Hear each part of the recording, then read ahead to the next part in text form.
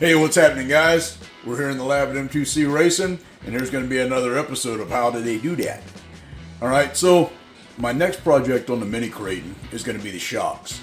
So, we run into a problem on these shocks, and I'm going to show you what it is. Okay? When we press the shock shaft, if you open the top of your shock, and you press the shock shaft all the way up, the piston is dead at the top of the shock body. Alright? So, that presents a problem because what I wanted to do is put a nut on top of that shock shaft, but that ain't gonna work out either because I ain't got no room, or I have to make a shock cap. Now we're looking at a more expensive kit. This is a budget car, and I'm trying to keep things in budget.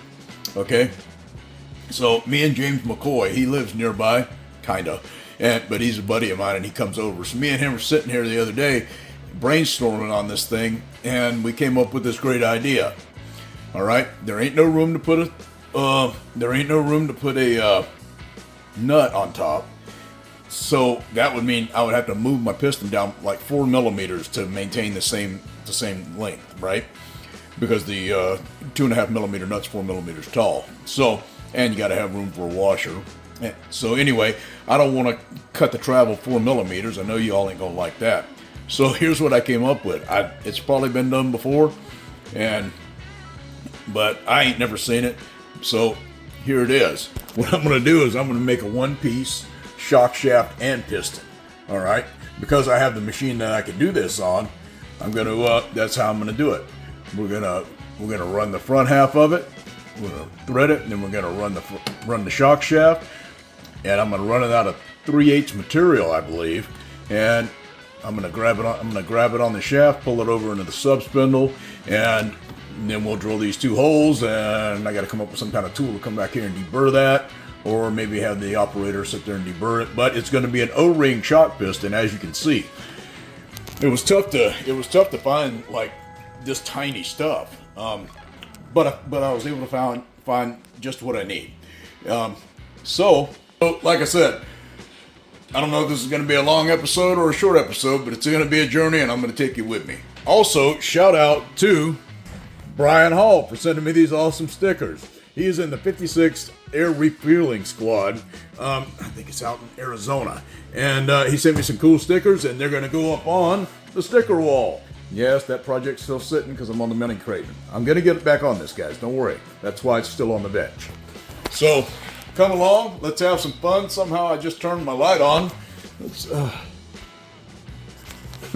So, come along. Let's have some fun. And we'll go along this journey, because this is going to be totally different, because this is a screw machine part. We'll get out there and we'll make this happen too. So this is a lower cost vehicle. I'm trying to bring lower cost solutions to the market for it. So I don't really want to make the caps unless I have to, but we will if we end up seeing the market for it. We'll see how that goes. So I'm going to show you guys what I came up with, and I got a cool way I'm going to show you guys, because I designed it, I design it and then I go program it. So what I'm going to do right now, I need both hands to do this. Hold on. All right, so I'm going to bring you guys with me as we make the first part in the simulation. What about that? I'm trying to get you in frame just right. Now I'm going to go here, and let's watch how we're going to do it. And you guys tell me you always tell me what you think. So there's our turning tool, right? We're going to come in, and we're going to rough the front of this thing, and then we're going to put a thread on it, okay? So we're just going to rough to the end. Now we're going to go and finish it, and now we're going to put a thread on it. And this simulation here, this will keep you out of trouble on the machining center, because if you crash or something, it'll show it in red. It's a pretty handy little feature.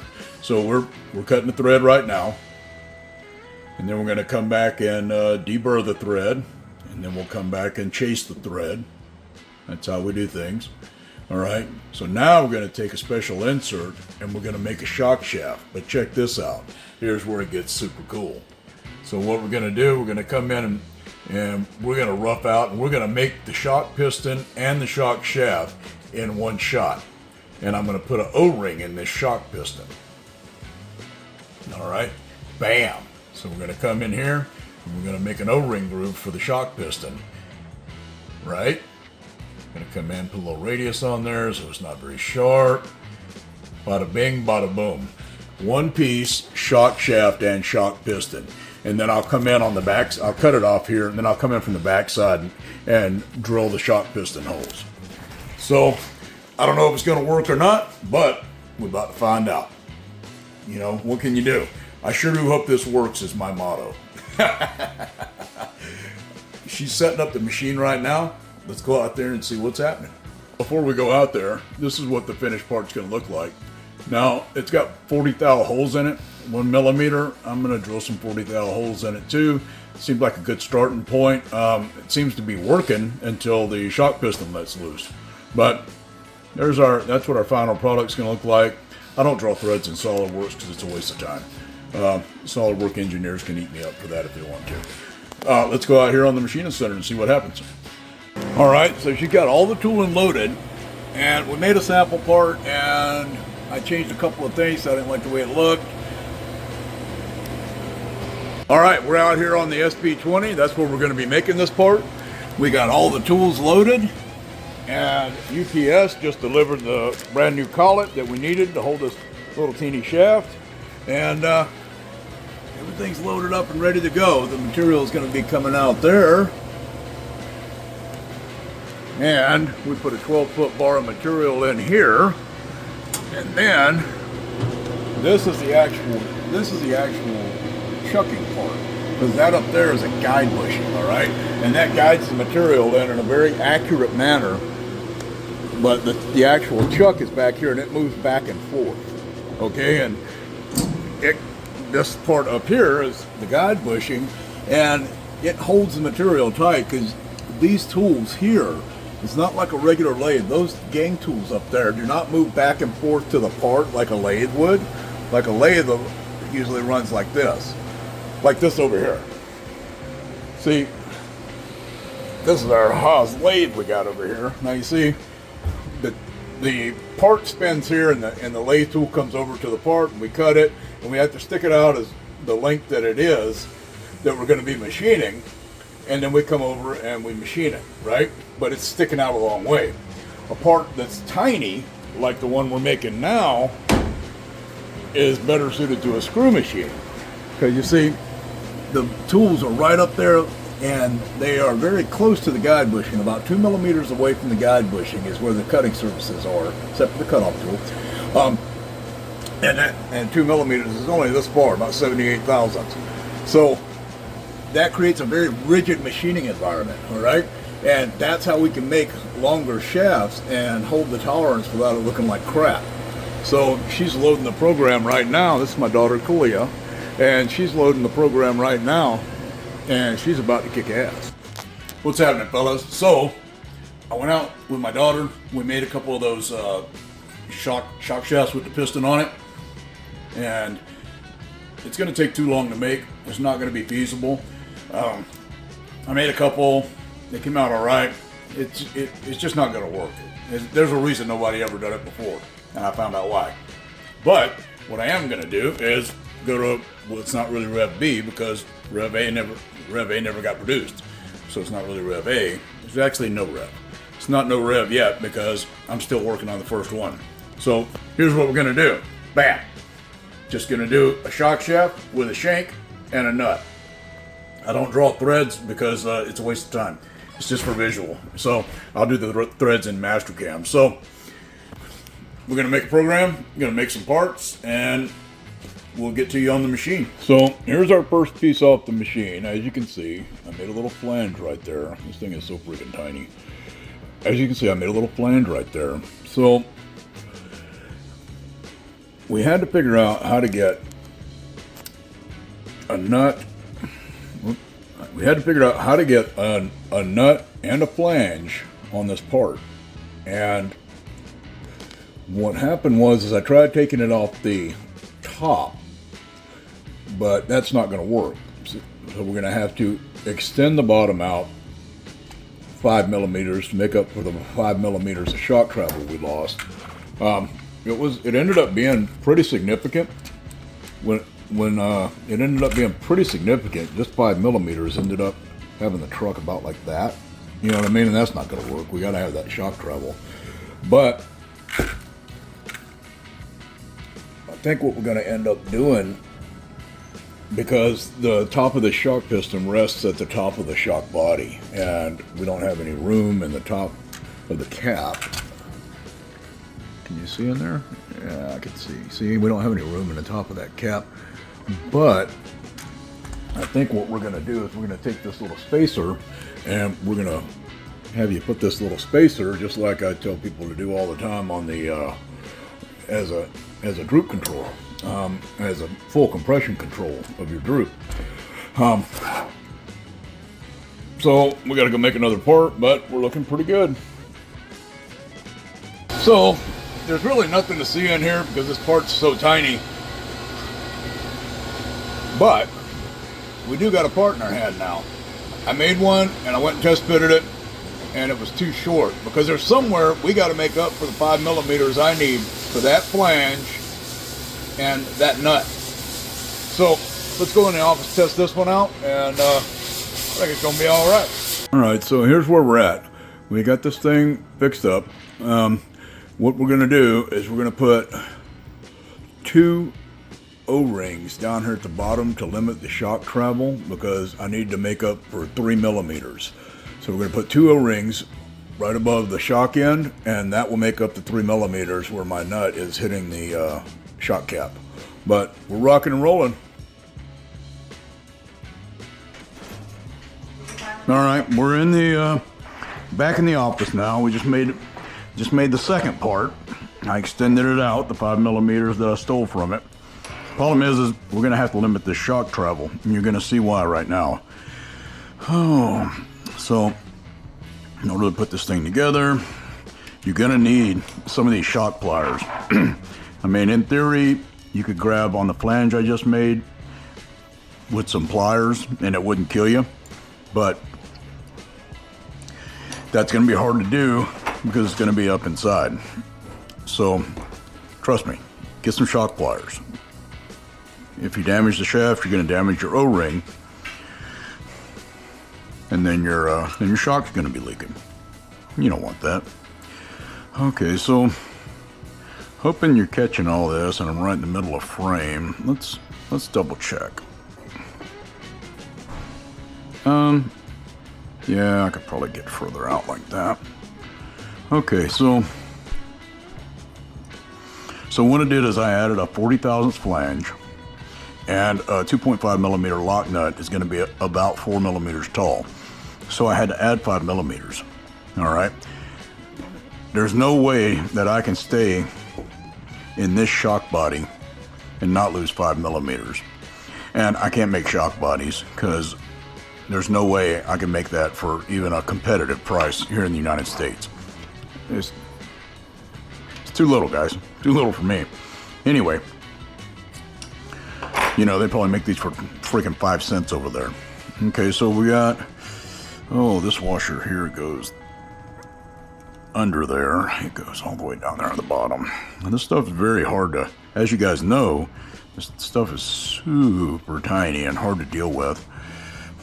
All right, so that'll get pushed down there as soon as we pull the shock down all the way. All right, now there's an O-ring and a washer underneath that. Can you see that? O-ring and a washer underneath. And so we're gonna push this stuff through. And now there's another O-ring. And the way these shocks seal is that these 2 O-rings, this cap and that spacer are all a certain distance, okay?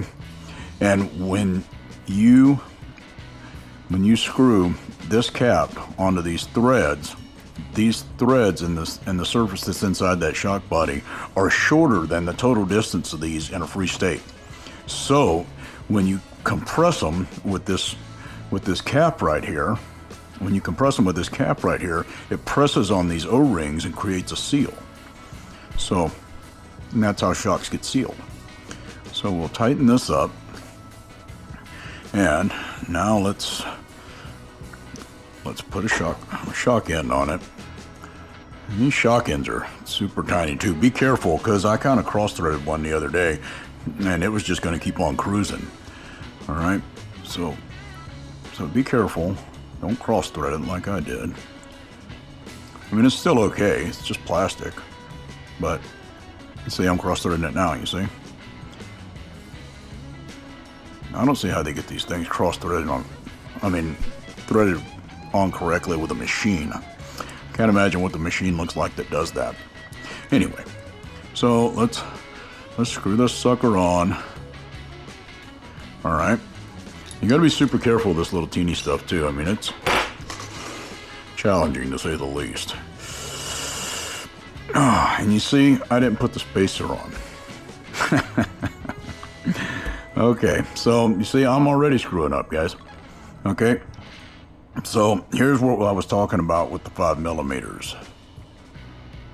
Now, you see, now my shock piston is in the exact same location as the shock piston on the stock shaft with the, man, I hope I'm catching this,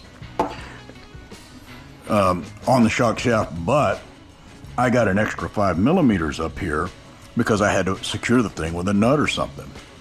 And I don't know if you guys, oh, here, I got one loose right here from the rear.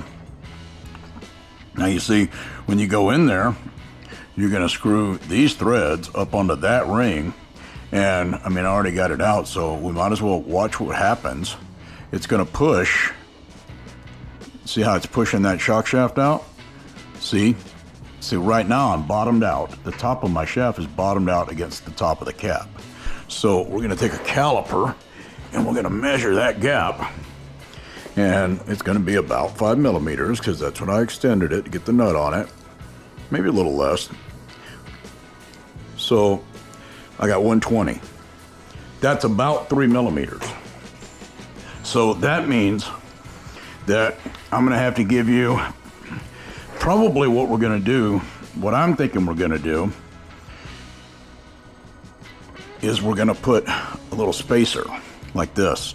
I gotta find the right size spacer and I gotta get some ordered, and but we're gonna put the right size spacer on there so that you put the spacer on and then you put your well, let's do it together. Here's how I want to do it.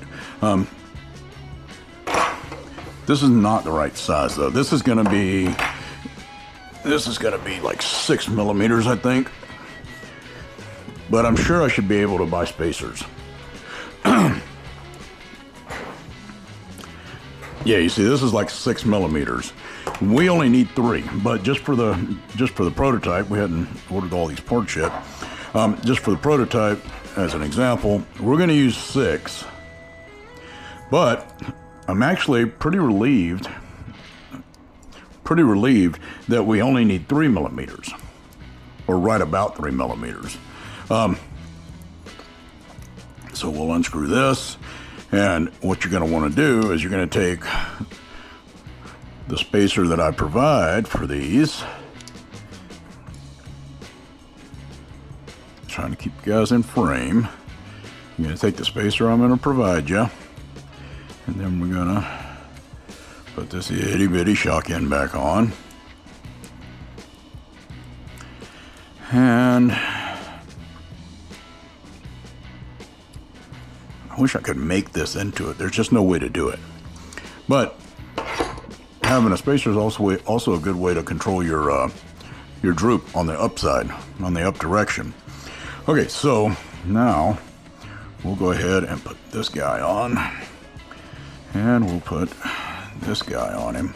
So we did find that it wasn't necessarily these retainers that were the problem when we were in the skate park. It wasn't necessarily the retainers, it's that they're not tightened down. That's the problem. They're not tightened down from the factory. So tighten these down, and you can see my shock cap ain't going anywhere now. My spring's not moving around. So you need to tighten these down. I'm sure some spring manufacturer is gonna come up with a better spring for this. So let's, and you see these are hard to get in and out, so I just left my shock cap in there. So, I'll start throwing stuff. Okay. Now the rear is no biggie because oh, I bet this is looking dark on the camera. The rear I'm not sweating because there's room in the top of that one. We'll look at that here in a minute. So I'm not really sweating that one. So you'll assemble your shock cap outside the car the first time probably, but the second time you might do it like I'm doing this one. Okay, so let's get this thing here. And let's see where we're at and how much travel we got and all that good stuff. Oh. What's my beautiful wife standing there waiting on me to tell her? What's going on, honey? What's up? For Easter. Oh, we're not ready to talk about Easter on the... We're having a family meeting about Easter dinner because my daughter's hosting for the first time this year. So that's going to be a very important topic of conversation right here in a minute. But first, we got to work because somebody got to make some money to buy that Easter dinner. Okay, so now let's see what we look like at full compression with our 6mm spacer in. I mean,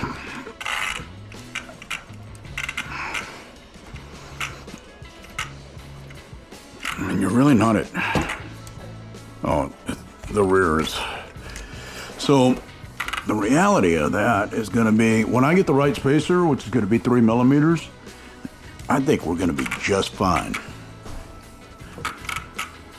As you can see, I'm compressed over here, I'm compressed over here.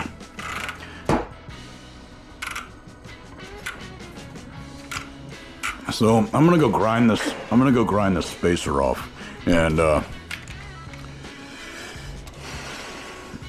what I'm gonna do is I'm gonna go find 3mm worth of washers, and then I'm gonna have a real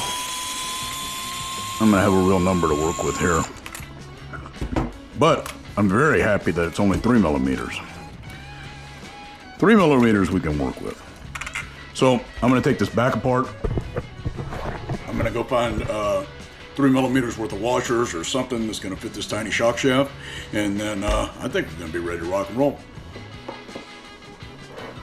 Okay, so here's our shaft for the rear. We just pulled this one off the machine. Looks nice. She said it's dimensionally correct, so we're ready to do a test installation. Now, I ain't too worried about the back. I'm waiting on some O-rings to finish assembling that. The spacer idea, that didn't work.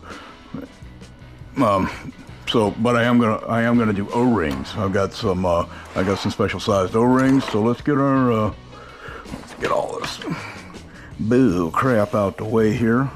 Here's our rear shock, and hopefully that's not going to be that hard to get in. I don't see, I don't see the little bushing.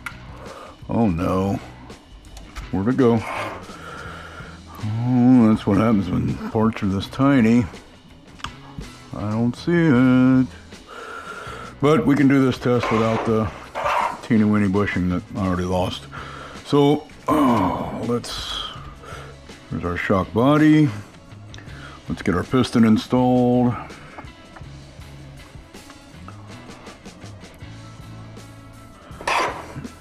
All right, rear piston's got 3 holes. Wonder why. Oh, there's the bushing. And here is our nut. Now, yes, I do realize that there's a little bit of thread sticking out the top, but these were the nuts I had on hand. They measure about 10 thousandths less than 4mm, but, and I know you guys can see that the nut is kind of big, but the hole, you can see the hole. Now, you guys might want to line up, though I don't know if you can see that, you might want to line up your piston holes with the flats on the screw if you really want to go overboard on being detailed about it. I mean, it ain't gonna hurt nothing. That was my thinking. But I don't think it's gonna hurt anything. You probably ought to drill those out some and go with thicker fluid and get better dampening. Anyway, I digress.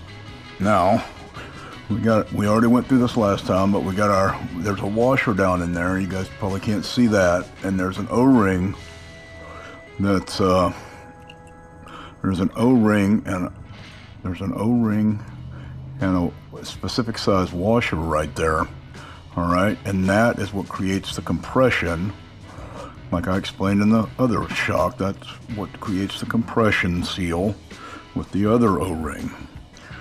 So let's get these out. Now we'll get this. We'll do that here, and this is going to create that seal by compressing that O-ring slightly. All right. So now we got that. Oh yeah, super nice. Now you see the rear has room down there, so we're not going to have to do any modification with not modification to the stock treble on the rears. Where is, oh, let's go over here. Keep up with your little parts, guys, because these things are little. And don't over torque this stuff. All this stuff's like 2.5 millimeter threads. Ridiculously little, but it's a ridiculously little truck. So just be very careful tightening stuff down. We're gonna let's go here, and I think the same problem. It's not really a problem, but I think it's the same deal from the factory. Is oh, let's see, that's gonna go that way. Okay, so that's gonna go that way with this collar being loose. So go ahead and put some tension on that so you don't lose your little shock end doodad. So this, let's put our shock. That probably doesn't need to be more than finger tight.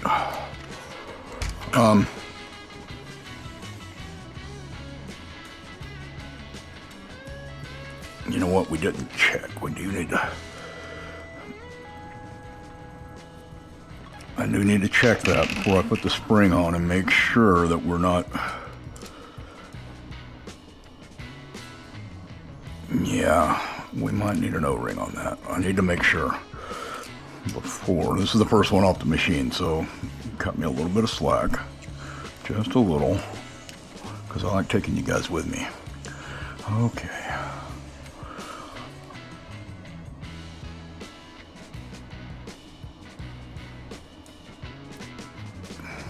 Okay, it looks like, yes, we're gonna need O-rings on these too. So let's figure out, I'm betting it's gonna be the same 3 millimeters. Let's go check it. And what I'm gonna do is I'm gonna put 4 millimeters worth of O-rings in there, two 2 millimeter O-rings. Let's check it. Yeah, see, this one's a little bit less. But I'm gonna put 2 4 millimeter O-rings right here, and that's gonna give you 1 millimeter of squish if you land, you know, like if you're landing super hard.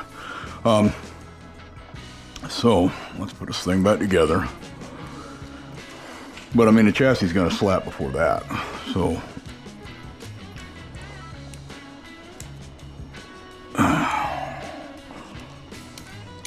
So there we go. So now we got to put this little doodad in here. It's going to be even harder on the back. My big old butterfingers here. Oh. Come on, don't act like that. Oh, there we go. So let's grab this thing. Oh, I'm gonna mess. No, not bad, not bad. Although, that probably needs to go to the front. Probably be all right for the office car. We'll be just fine. So let's put some screws in. Let's get that screw started. Yeah, I don't even know about using a power driver on these little teeny screws. It's oh,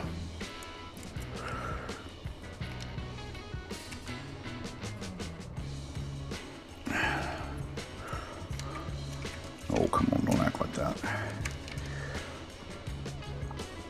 Okay. I am going to use it on this one, though. because it's long. Oh, see, I fumble too, guys. Every day I'm fumbling.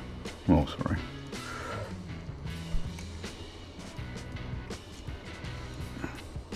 Well, at least I ain't trying to hold the camera while I'm doing it, right?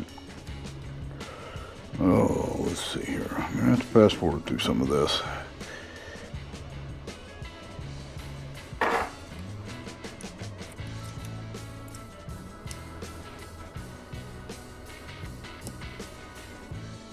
Make sure you get your screws started straight. Right? Right.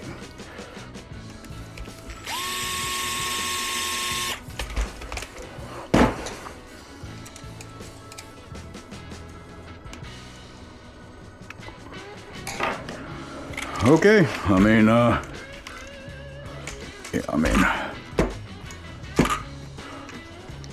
oh, because I don't have a shock on it. But, I mean, chassis is going to slap before you hit max compression anyway. So, I think we're good to go. Run them. Okay, guys. I got the O-rings in. Can you see them right there in between the springs? All right. It's like a oddball size, but it's just the right size to take up 4 millimeters. Remember, we needed 3 millimeters. Okay, so these are, I think, 90 Duro or 7. I think they're 70. I think they're 90. Might be 70. I forget what Duro they were, but I wanted the harder ones because, all right, when I compress the shock all the way up, the shaft is no longer above the top of the shock body, and this cap is super close. The top of the cap is super close to the shock body. But bam, we're on the ground. We're good to go. I think we got a winner. Gonna get them in the dirt this week. Hey, good morning, guys. We're in the shop here at M2C Racing. We are working on Mini Kraton pistons. Let's check out, see where Luis is at on it. It's Thursday morning right now.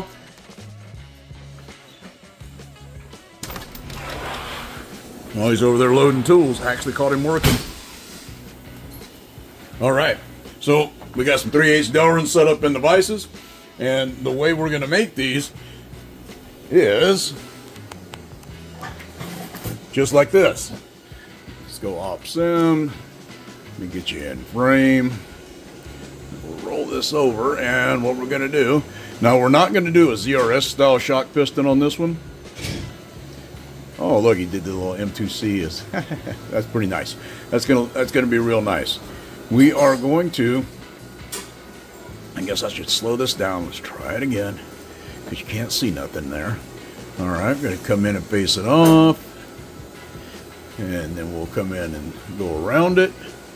Now we'll cut a relief, drill our holes. Of course, it goes slow and on the drilling, and